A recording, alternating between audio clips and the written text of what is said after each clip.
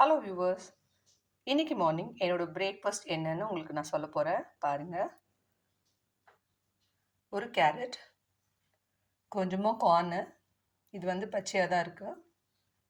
Beans ஒரு 10 beans எடுத்திருக்கேன். ஒரு ஹாஃப் முருங்கைக்காய், ஒரு தக்காளி, அதே மாதிரி அவரைக்காவும் ஒரு 10 அவரைக்காய் எடுத்து கட் பண்ணி வச்சுருக்கேன். கேரட் 1, கேபேஜ் வந்து கொஞ்சமாக கட் பண்ணியிருக்கேன். இதில் 10 வெங்காயம், சின்ன வெங்காயம், 10 பல் பூண்டு உரித்து வச்சுருக்கேன். வாழைத்தண்டு தண்ணியில் போட்டு வச்சுருக்கேன். இது கருத்துரும் அப்படிங்கிறதுனால தண்ணியில் கட் பண்ணி வச்சுருக்கேன். இப்போ இந்த காய் எல்லாத்தையும் ஒரு கிளாஸ் தண்ணி விட்டு வேக வைக்க போகிறேன். ஒரு கிளாஸ் தண்ணி விட்டாச்சு. இதில் கட் பண்ணி வச்சுருக்க காய் எல்லாத்தையும் போடுறேன். 1/4 ஸ்பூன் மஞ்சள்தூள் போட்டுக்கலாம். 1/2 ஸ்பூன் சீரகம் போட்டிருக்கேன். சால்ட் தேவையான அளவு போட்டுக்கலாம். நான் சால்ட் கம்மியாக தான் போடுறேன்.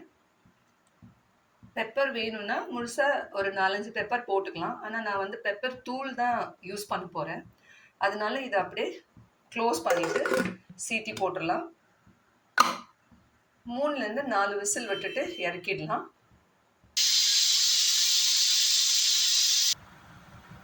ஸோ 4 சவுண்ட் விட்டு குக்கரை இறக்கி வச்சுட்டேன். இப்போ இந்த சீட்டி அடங்கினோடனே இதை எடுத்து நம்ம சூடாக சாப்பிட போகிறோம். வெஜிடபிள் ஸ்டூ ரெடி ஆயிடுச்சு. இதை ஒரு பவுலுக்கு நம்ம மாற்றிக்கலாம். இதில் பெப்பர் ஆட் பண்ணிக்கலாம்.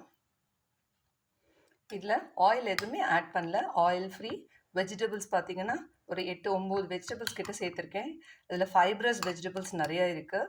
ஸோ இது வந்து வீக்லி ஒன்ஸ் இல்லைனா வீக்லி 2 டைம்ஸ் நம்ம எடுத்துக்கிட்டோம்னா ஃபுட்டில் எடுத்துக்கிட்டோமா நம்ம பாடியில் இருக்கிற வேஸ்ட் எல்லாம் வெளியில் வந்துடும். விட்டமின்ஸ் அப்படியே நம்ம உடம்புல சேருது. ஸோ இது ரொம்ப ஹெல்த்தியான ஃபுட்டு. இது நீங்களும் ட்ரை பண்ணி பாருங்கள். இந்த வீடியோ உங்களுக்கு பிடிச்சிருந்ததுன்னா லைக் பண்ணுங்கள், கமெண்ட் பண்ணுங்கள், மறக்காமல் சப்ஸ்கிரைப் பண்ணுங்கள். தேங்க்யூ.